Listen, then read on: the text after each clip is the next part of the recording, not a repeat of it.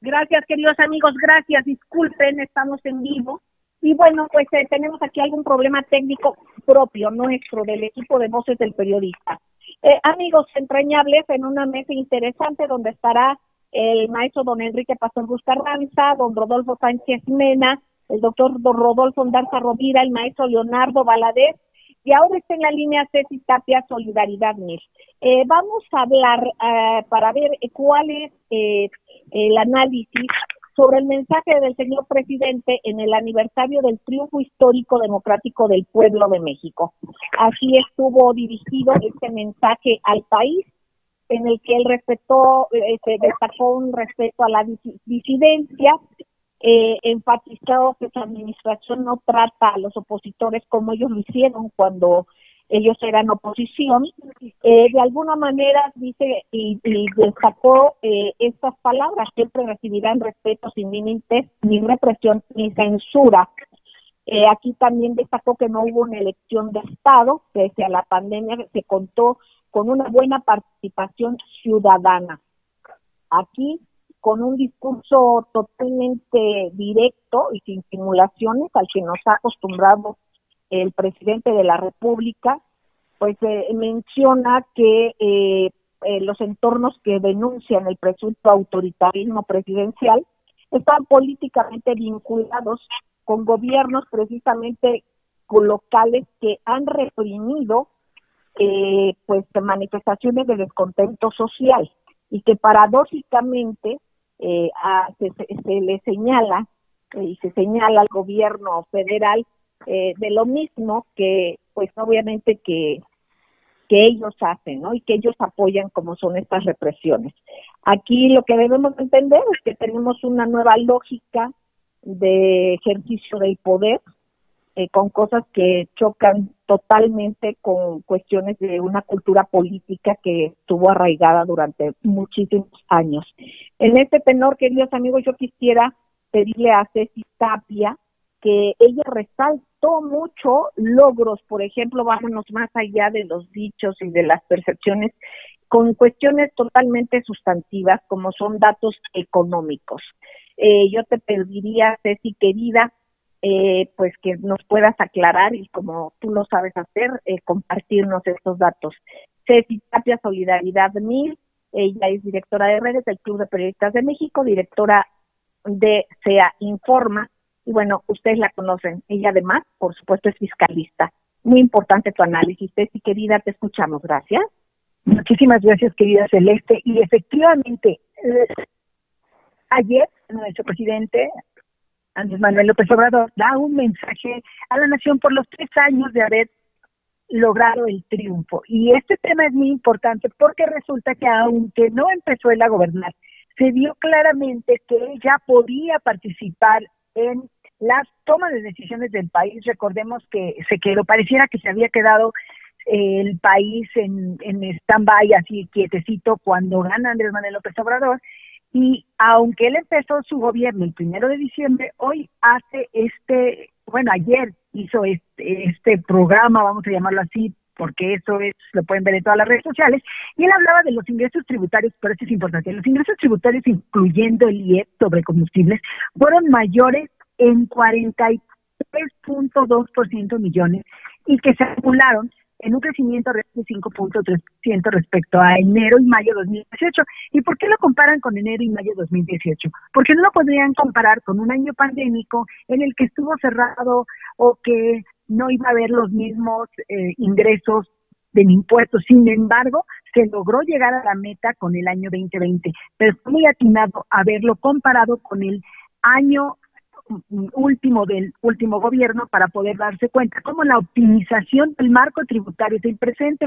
Y eso también tiene que ver con la voluntad de los pymes, de los grandes contribuyentes, de quienes han decidido empezar a pagar con más gusto, vamos a llamarlo así, aunque por supuesto también ahí está la otra parte que dicen hay que dar dinero, etcétera, etcétera. Y de eso el presidente también habla cómo los salarios mínimos aumentaron el 44% en términos reales, como no se había visto nunca en 36 años. Y esto es importante porque al pasar esta pandemia, pues obviamente la gente que ganaba o que está medido el dinero en un salario mínimo, pues es un salario que podían disponer y gastar quienes están trabajando, y sobre todo los burócratas que, por llamarlos, y todos los trabajadores de gobierno que tuvieron su salario íntegro. Obviamente habló de la bolsa, del índice de la bolsa de valores que aumentó el 20% en este año, que también es importante decirlo porque está la recuperación económica, una inflación estable, la tasa de interés fija del Banco de México, eso también lo reporta el Banco de México, se redujo en 3.75%. Ellos utilizaron un hashtag que hoy se les en todas las redes sociales, que se llama 3 años transformando y 3 años de la victoria del pueblo. Entonces, si ustedes ven las redes del presidente o de algunos gobernadores, como es Claudia Sheinbaum, ellos usaron este tiro para dar este reporte, y como también lo dijo, va a haber aumento a la pensión de adultos mayores, van a crecer los programas de educación y salud. Ellos dicen, pues no hay nerviosismo, así lo dijo el presidente, no va a haber incertidumbre, y que todo este relevo pues va a ser ordenado, que ese también es un mensaje, pues no solamente al pueblo de México, sino también a quienes van a tomar el poder en unos meses más, ¿no? Las reservas del Banco de México aumentaron 11%, es decir, 20,000 millones de dólares. Esto es un tema súper importante porque antes teníamos miedo que no, por esa razón, que no se respaldara el peso, hubiera devaluaciones. No, las reservas del Banco de México están ahí y están creciendo. Obviamente que durante la pandemia, y eso sí lo dijo el presidente, se había perdido 1.395.000 empleos, de los cuales 957.248 empleos registrados en el IMSS, estamos hablando de los empleos formales, ya se recuperaron. En este año ellos piensan que se va a seguir pues recuperando, y de ahí nos vamos a ir a un tema que es, por tanto, escandaloso. Los estados de la República recibieron participaciones adicionales a los que deben de recibir, es decir, las calendarizadas, por más de 14.5 mil millones de pesos. Y de ahí yo hice un comentario en redes, pero esto lo quiero comentar porque decía que nos diga la Alianza Federalista que tanto peleaba, ¿no? Y que tanto peleaban dinero y endeudaron a sus estados. Y resulta que me contestan que qué va a pasar con Zacatecas o con Tamaulipas o Guanajuato, que han puesto tantísimos muertos a los números. Entonces yo pensaba, pero estos gobernadores no querían a la Guardia Nacional, que solo querían el dinero, solo endeudaron al país, y entonces, ¿qué hacen ellos? A razón de sus estados, ¿no? Eso sería como una respuesta que no voy a escribir, pero que hoy digo en radio. También habló, y primero que dijo el presidente, que hay en México 6 vacunas contra el COVID-19. La CanSino, la Pfizer, BioNTech, AstraZeneca, Sinovac, CanSino, Sputnik 5 y, por supuesto, próximamente la vacuna Patria. Y bueno, querida Celeste, estos temas seguramente los especialistas lo van a decir, y yo con esto termino mi participación. Muchas gracias. Gracias, Ceci, querida. Muy interesante. Vamos a ir un corte, queridos amigos, y enseguida regresamos. Gracias.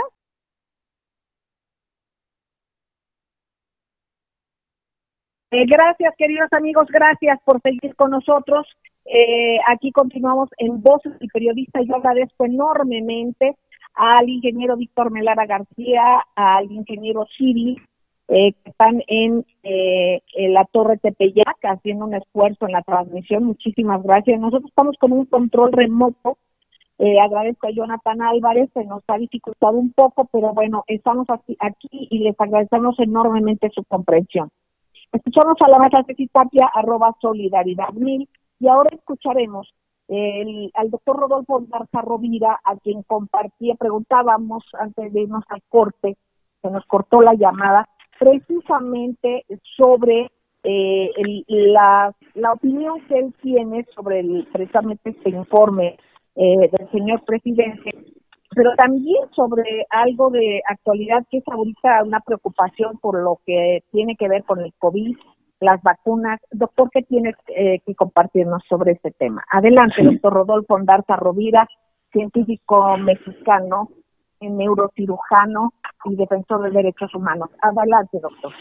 Muy buena tarde, Celeste, muy buena tarde a todos los colegas de este panel y muy buena tarde a tu amable auditorio.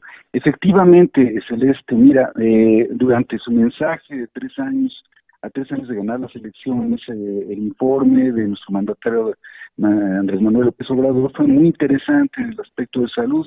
Yo quisiera destacar, si me lo permiten, algo que mencionó. Él dijo, en 15 meses el presupuesto de salud se ha incrementado en 70,000 millones de pesos, lo cual es algo extraordinario, ¿no? Por sí, se contrató y capacitó a más de 70,000 trabajadores de salud y se logró que ningún enfermo se quedara sin una cama, equipo de respiración o personal de salud que lo atendiera. Y lo cual fue fabuloso porque en realidad nunca fue sobrepasado el Sistema Nacional de Salud. Y termina también esa mención comentando que no es correcto hacer comparaciones. Nuestro país no está colocado ni en América ni en el resto del mundo en los principales países con mayor mortalidad por COVID. Y eso es verdad, es algo que ha estado circulando en redes tratando de desprestigiar y de tergiversar la verdad, porque en realidad depende cómo manejemos nosotros las estadísticas. Si nosotros manejamos números crudos, podemos hacer con ellos muchas operaciones para poder analizar a la perfección cómo está la situación epidemiológica en un momento dado. Por eso es que se ha comentado que México ha sido el tercer lugar mundial en número de muertes por COVID-19. Sí, si se toman los datos crudos, pero en el lugar 19, si se hace correctamente manejando esta información estadísticamente y epidemiológico para poder hacer un comparativo con otros países, con otras naciones o dentro de las mismas poblaciones dentro de nuestro país. Esto es cuando se hace por la tasa por millón de habitantes. Cuando nosotros hacemos la tasa por millón de habitantes, entonces nuestro país alcanza el lugar 19 de algunos autores, según algunos autores, y el lugar 20 de mortalidad según otros autores.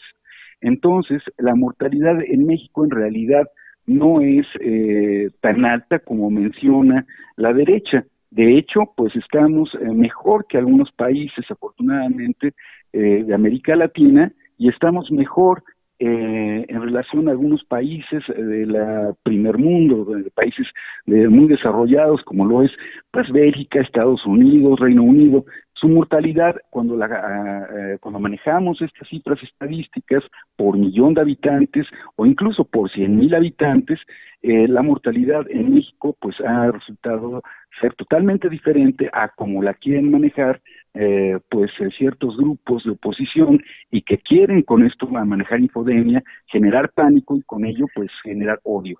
Eso no es así como ellos mencionan. Tiene toda la razón Andrés Manuel López Obrador al manejar las estadísticas como las manejan o como se deben manejar internacionalmente.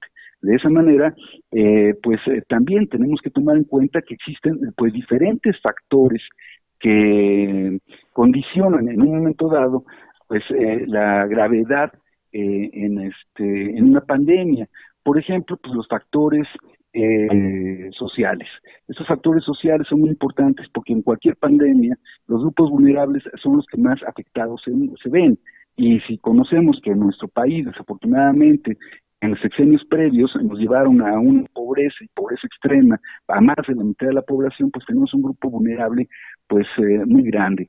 Otro grupo vulnerable, debido a malas políticas públicas de salud, pues son los que pertenecen a las comorbilidades de esta pandemia, es decir, pacientes con obesidad, pacientes con diabetes mellitus, que son altamente susceptibles a una enfermedad grave. Esto es sumamente importante para ser tomado en consideración, Celeste. Efectivamente, doctor. Otra parte también muy importante que yo te pediría resaltar es la parte de la cuestión que tú has manejado desde hace mucho tiempo, de intereses precisamente que están en diferentes sectores, pero muy interrelacionados, y mucho de esto tiene que ver precisamente con, desgraciadamente, con pues grandes farmacéuticas, ¿no? O sea, con grande penetración y sobre todo también distribuidoras. Y esto lo comento también por esta controversia que ha surgido, que desgraciadamente tiene pues bebidas de por medio, dolor, cuando se maneja que los niños con cáncer, que por cierto se hicieron unas manifestaciones y resultó que eran más los que apoyaban que una realidad de padres, ¿no? De niños con cáncer. Y esto lo digo por la cuestión del desabasto de medicamentos, que anteriormente nunca vimos este tipo de manifestaciones, cuando realmente pues había este desabasto o este incremento, o que incluso estaban los medicamentos en mal estado.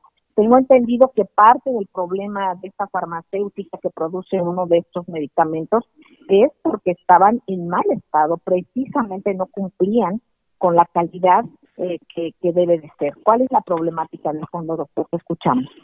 Sí, efectivamente, pues de entrada tenemos un gran problema a nivel internacional porque las materias primas, las sustancias activas de los medicamentos, en un 80% provienen de China y de la India.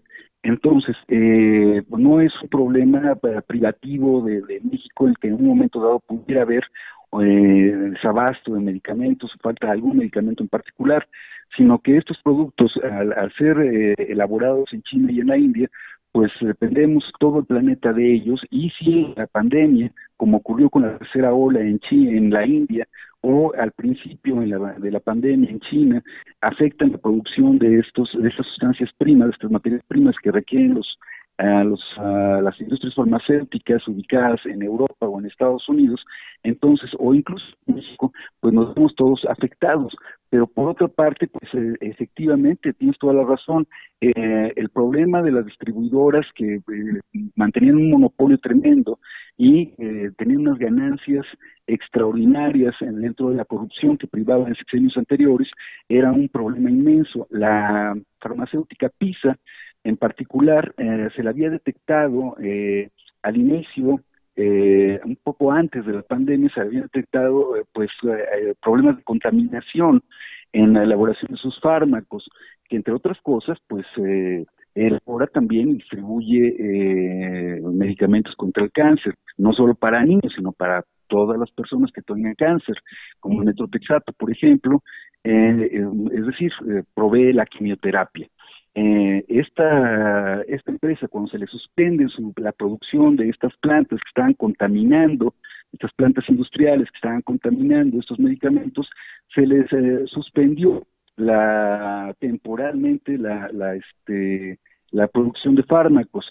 Sin embargo, pues ahí hubo muchos problemas, incluso quien estaba inicialmente como coordinador de los Institutos Nacionales de Salud, que por cierto era un patólogo que había sido acusado por una revista de alta distribución nacional muy importante, anteriormente, años atrás, por malas prácticas, contubernio con empresas privadas, de hecho donde él era socio, y a donde pasaba pacientes, estudios de pacientes del Instituto Nacional de Cancerología a este laboratorio, empezaron a permitir que esta empresa PISA pudiera, a través de COFEPRIS, permitir nuevamente la elaboración irregular de medicamentos. Ahí empezó el problema.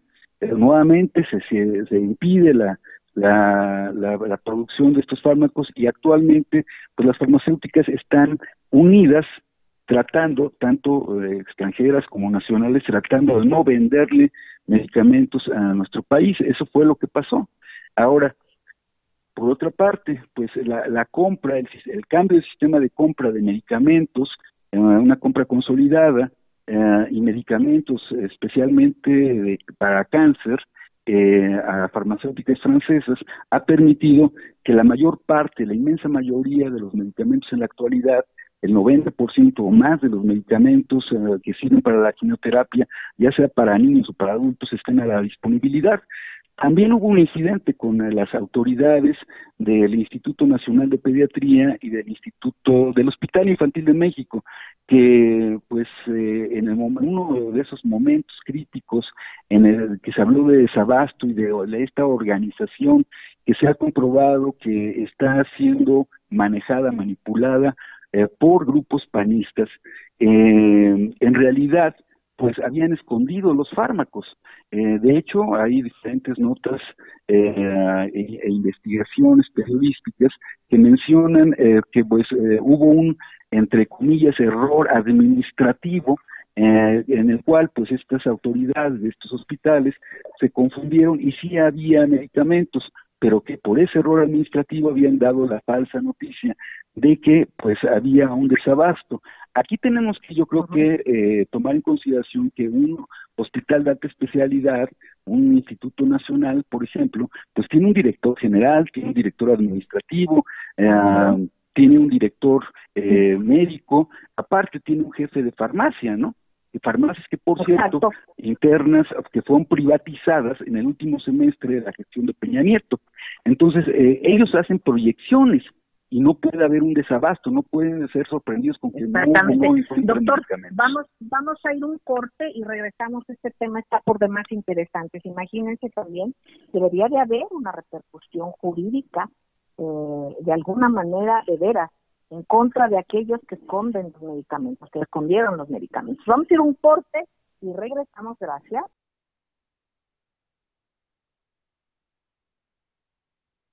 Gracias, queridos amigos, gracias por seguir con nosotros aquí en Voces del Periodista. Estamos escuchando al doctor Rodolfo Ondarza Rovira. Doctor querido, los intereses que están de por medio y que es el cártel de la bata blanca, así conocido, así le denominaste tú hace varios años, precisamente en Voces del Periodista. Adelante, doctor Rodolfo Ondarza.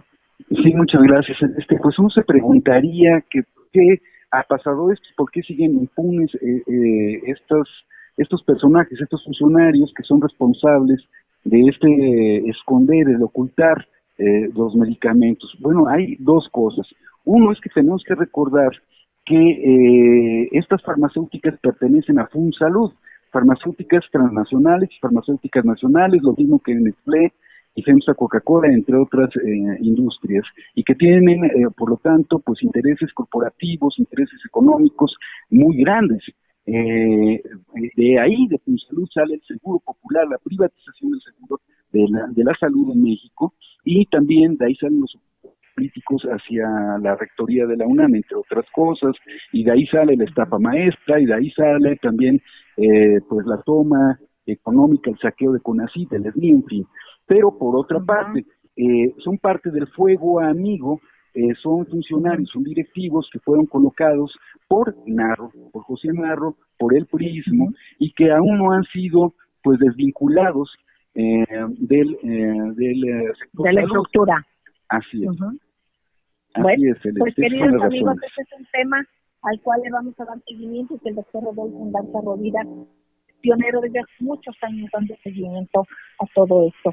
Y bueno, pues tenemos, por cierto, información de un aumento del 18% de casos activos de COVID en una semana, queridos amigos. Hay que tener mucho cuidado, hay que estar alerta y por favor cuidarnos.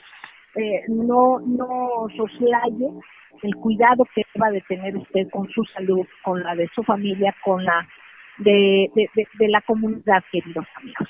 Bueno, hablando de cuestiones del sector salud y de esto que tiene que ver con los medicamentos, maestro don Leonardo Valadez, autor de la columna Causa y Efecto, un privilegio como siempre tenerle, escucharle.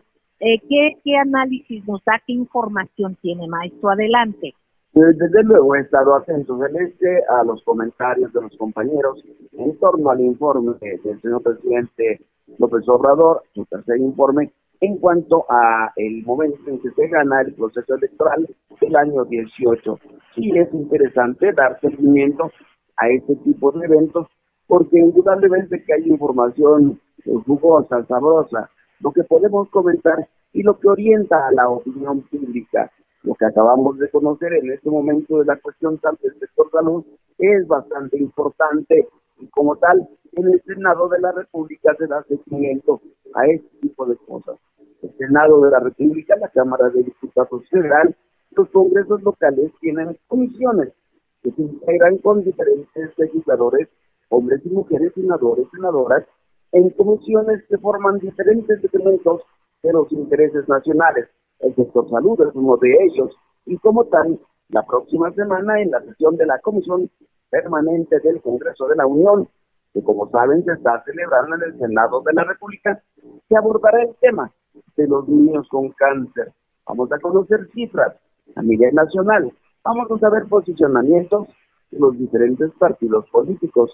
Nos ha dicho Ricardo Monreal Ávila que ha dialogado con los demás coordinadores parlamentarios, el Miguel Ángel Osorio Chong, el Tricolor, el Yulen del Partido Acción Nacional, Dante Delgado, nuestro amigo Dante Delgado de Movimiento Ciudadano, y así uno por uno, hombres y mujeres han dialogado, van a abordar el tema para que el Senado tenga un posicionamiento claro respecto a este lacerante problema, que es el de los niños con cáncer. Estamos a favor, está la población a favor, está el gobierno a favor, pero no hay que olvidar que se nos empalmó la pandemia del COVID, como lo acaba de decir mi antecesor, con los demás problemas de salud, y como tal, pues hubo que dar prioridad a nivel mundial al sector salud, al COVID, a la pandemia del coronavirus. Esto va a ser abordado. Hay otros temas, desde luego. Me interesa el accidente de Petróleos Mexicanos. Es un accidente en aguas profundas. Es un accidente que me recuerda mucho a aquel que hubo en Stock hace unos varias décadas, que fue cuando sucedió que México tenía bastante petróleo. Hoy yo creo que es un accidente como tal, como ocurre incluso a la NASA en momentos importantes de esta importantísima institución de los Estados Unidos. Un accidente como tal en Pemex ocurre, no es una refinería, no es en un ducto en tierra firme, es bajo el mar. Bien, el tema de la energía es importante porque también forma parte de la agenda política del Senado de la República. ¿Por qué lo digo? Porque muchos quisieran que México fuera pues ya hoy un país del primer mundo y que desarrollado y más, que solo usara las energías puras y tantas que no contaminaran. Pero nuestra realidad es que tenemos petróleo, nuestra realidad es que tenemos carbón, mineral no conquistable, nuestra realidad es que tenemos importantes caídas de agua y vapor endógeno para la generación de electricidad. Recuerdo a Gandhi, recuerdo lo que me platicaban en la India, porque Gandhi buscaba que su país fuera autosuficiente para no depender de intereses económicos de la corona, para no depender de otras naciones. Y muchos quisieran que nuestro México querido quitara a un lado a los trabajadores mineros, quitara a un lado a los trabajadores petroleros y demás, para dar entrada a las grandes tecnologías, que son tan puras y tantas como la solar, eólica y demás. Tiene cada una de ellas vicios y sus virtudes, mi querida Celeste. Gracias, maestro querido, muy interesante. Y por cierto, queridos amigos, a partir de marzo de este año, los jueces Rodrigo de la Pesa y Juan Pablo Gómez Fierro concedieron recursos a empresas transnacionales que detienen hasta que se resuelva de fondo el juicio de amparo de entrada en vigor, de todas las consecuencias que se derivan del decreto por el que se reformaron y adicionaron diversas disposiciones publicadas en el Diario Oficial de la Federación. Bueno, les informamos que el segundo tribunal colegiado de circuito en materia administrativa especializado en competencia económica, radiodifusión y telecomunicaciones aprobó por unanimidad el proyecto del magistrado Urbano Martínez Hernández, quien anuló la medida cautelar otorgada por el juez Juan Pablo Gómez Fierro a las empresas Hidroeléctrica Cajón de Peña y Energía Verde Meyer. La decisión del colegiado no ha sido publicada, pero ya está firme. Bueno, pues vamos viendo todos estos temas. Maestro don Rodolfo Sánchez Mena, precisamente, y también el maestro don Enrique Pasote Carranza, pero el maestro don Rodolfo Sánchez Mena, ahora se hablaba sobre el Big Pharma. Usted ha tocado y ha puesto sobre la mesa muchos temas que tienen que ver con esto y que ahora vemos que pues puede haber intereses, ya hay intereses muy fuertes, internacionales también, que lo que quieren es anular precisamente, y no lo decía en el programa pasado, anular lo que son los genéricos, o sea, el poder tener acceso a medicamentos de salud que no tengan el cargo económico de las marcas registradas. Adelante, maestro querido. Don Rodolfo Sánchez, sí, adelante. Muy buenas tardes, Celeste. Bueno, pues es un tema muy importante, el de la salud de nuestro país y el papel que juegan las grandes farmacéuticas. Si aquí hay un problema de estrategia, ¿sí? De entender que los medicamentos en el mundo en que vivimos es un arma, ¿sí? Y que no hay un mercado abierto en donde un gobierno dispuesto a romper con las cadenas de beneficios, de corrupción, de compra, puedan acceder libremente al mercado y comprar a precios de barata. Esto no es así, ¿sí? ¿Por qué no es así? Porque las grandes farmacéuticas, sobre todo las de los Estados Unidos, pertenecen al poder del Pentágono. Ellos, igual que cuando manejan el petróleo, manejan alimentos, manejan tecnologías, no son mercancías. Se trata de mecanismos de control y de dominación, y para ello se tiene uno que preparar cuando sale un gobierno ir a el mercado que llaman abierto. Eso no existe, hay acuerdos, hay negociaciones y esto se trata, como ya lo hemos comentado desde hace mucho tiempo, de diplomacia secreta. Y en términos de diplomacia secreta, es muy importante entender que las letras chiquitas y lo que se escribió en el TME, que no se revisó o se firmaron acuerdos de fondo, implica un sometimiento para nuestro país para que no tenga el desarrollo de una industria farmacéutica propia.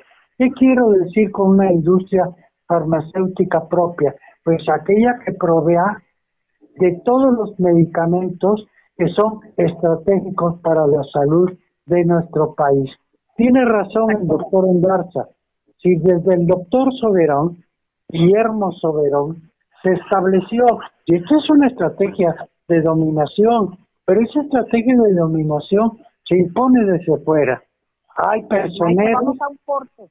Sí, nos vamos a un corte. De seguridad nacional. No tardamos, queridos amigos. Gracias.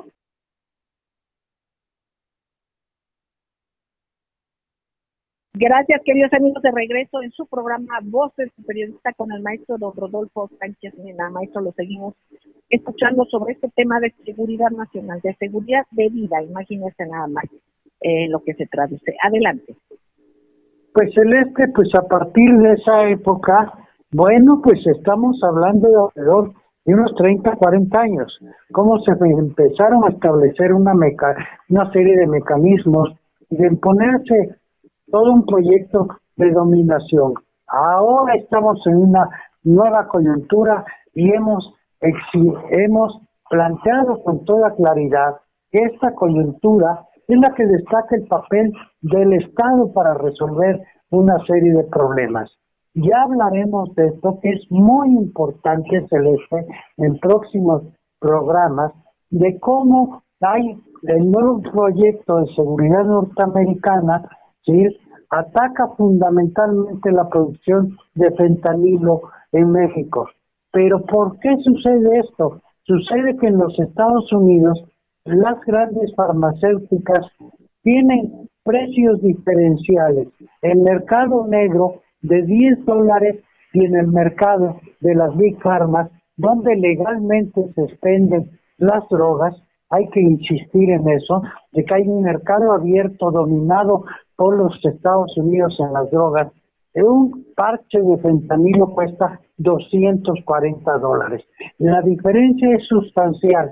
¿Y por qué estamos hablando de fentanilo? Porque en nuestro país, en el COVID, mucha gente necesitó de un fentanilo regulado por el Estado a través de Nacional de Drogas. Así se hizo en el gobierno de Miguel Alemán cuando se dejó de producir para el mercado internacional.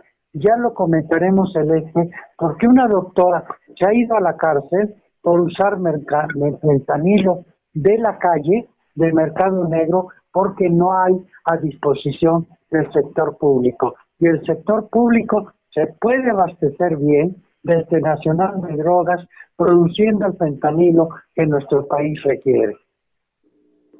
Gracias, maestro don Rodolfo Sánchez Mena. Bueno, pues con tantos temas, queridos amigos, para analizar, maestro don Enrique Pastor Cruz Carranza. Bueno, ocurrió un incendio en la plataforma petrolera Cuchavli, allá en Campeche, alrededor de las 4 de la mañana, querido maestro don Enrique Pastor Cruz Carranza. Los trabajadores que han subido a redes sociales le han puesto ojo de fuego, y que al parecer fue ocasionado porque una válvula de la línea submarina reventó y provocó que pues el hidrocarburo saliera, ¿no?, desde el fondo del mar. Maestro, lo escuchamos con atención y cualquier otro comentario que usted crea necesario y pertinente hacer. Adelante, maestro. Muchas gracias, licenciada Celeste, muchas gracias a toda la amable mesa de debate del día de hoy. Efectivamente, este era un asunto que se veía venir desde hace mucho tiempo, a partir del propio tendido de ese oleoducto, que violó todas las normas de seguridad establecidas en la actividad petrolera marina, al estar por encima de la superficie del fondo marino, y que esto obviamente fue parte de uno de los motivos para acabar con la industria pesquera camaronera, que fue una actividad sustentable que mantuvo la economía y el primer lugar de México como exportador del crustáceo.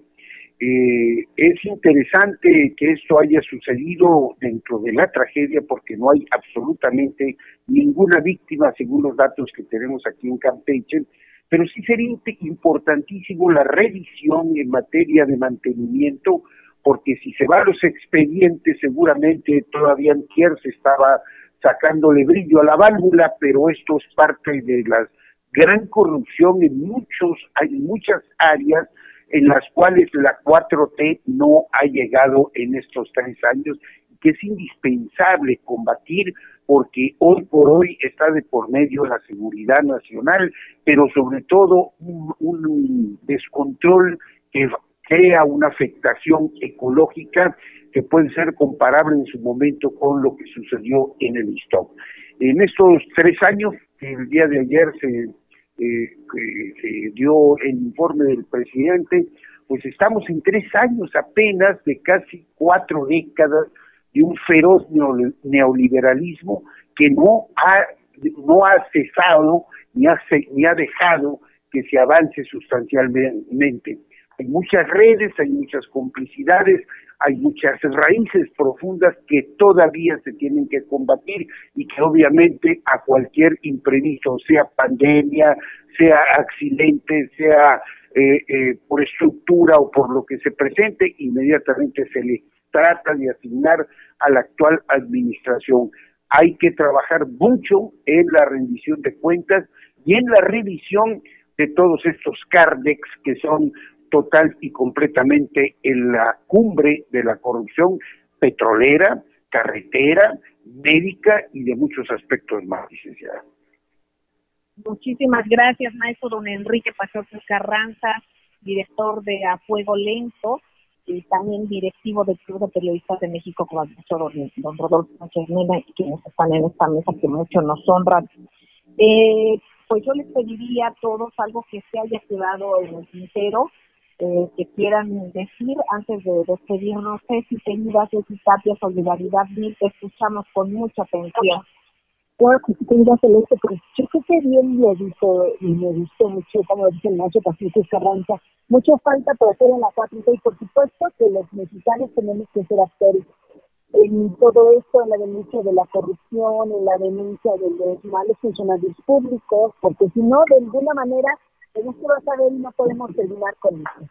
Y también lo comento porque fíjate que rápidamente te platicaré que hoy la Comisión Nacional de Derechos Humanos da por cerrado, porque un dictador así lo indica, la salud de una persona